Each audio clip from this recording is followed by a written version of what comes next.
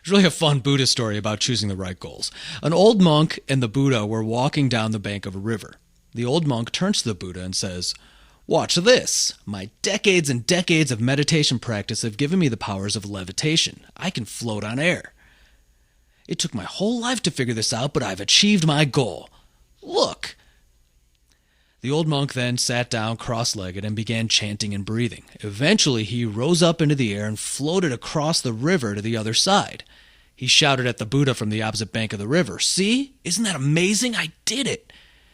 And the Buddha's response was, "That's nice.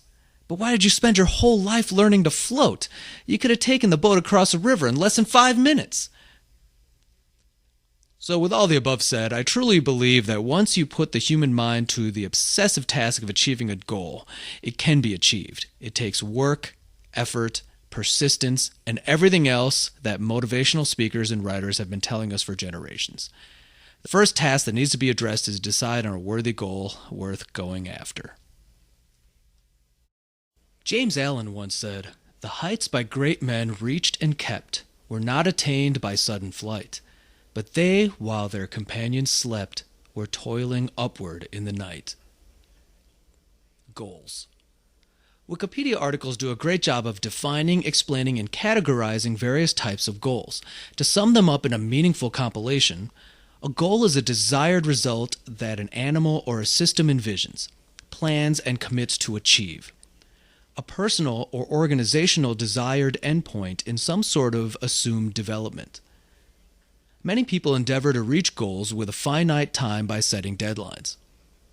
It is roughly similar to purpose or aim, the anticipated result which guides reaction, or an end, which is an object, either a physical objector or abstract object that has intrinsic value. Goal setting ideally involves establishing specific, measurable, attainable, realistic, and time-targeted objectives. Work on the goal-setting theory suggests that it can serve as an effective tool for making progress by ensuring that participants have a clear awareness of what they must do to achieve or help achieve an objective. Goal-setting theory was developed by Edwin A. Locke in the 1960s. His first article on goal-setting theory was Toward a Theory of Task Motivation and Incentives, which was published in 1968. On a personal level, the process of setting goals allows people to specify and then work towards their own objectives, most commonly financial or career-based goals. Goal setting comprises a major component of personal development. A goal can be long-term or short-term. Short-term goals expect accomplishment in a short period of time, such as trying to get a bill paid in the next few days. The definition of a short-term goal need not relate to any specific length of time. In other words, one may achieve or fail to achieve a short-term goal in a day, week, month, year, etc. The time frame for a short-term goal relates to its context in the overall timeline that it is being applied to.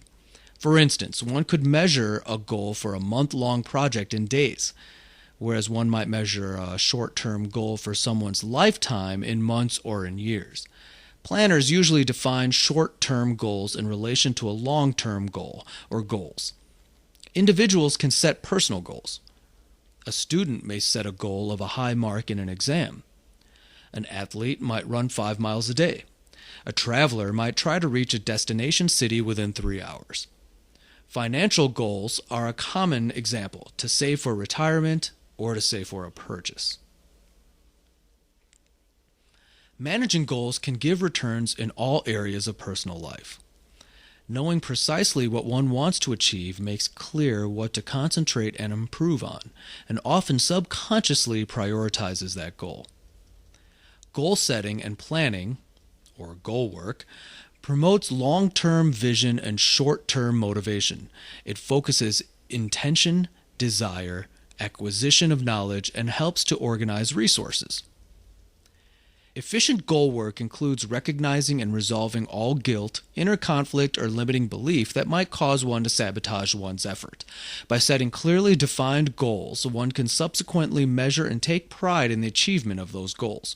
One can see progress in what might have seemed a long, perhaps impossible grind. Achieving complex and difficult goals requires focus, long-term diligence, and effort. Success in any field requires foregoing excuses and justifications for poor performance or lack of adequate planning. In short, success requires emotional maturity. The measure of belief that people have in their ability to achieve a personal goal also affects that achievement. Long-term achievements rely on short-term achievements. Emotional control over the small moments of the single day makes a big difference in the long term. There has been a lot of research conducted looking at the link between achieving desired goals, changes to self-efficacy and integrity, and ultimately changes to subjective well-being. Goal efficacy refers to how likely an individual is to succeed in achieving their goal. Goal integrity refers to how consistent one's goals are with core aspects of the self. Research has shown that a focus on goal efficacy is associated with the well-being factor, happiness, or subjective well-being, and goal integrity is associated with the well-being factor. Multiple studies have shown the link between achieving long-term goals and changes in subjective well-being, with most research showing that achieving goals that hold personal meaning to an individual increases feelings of subjective well-being.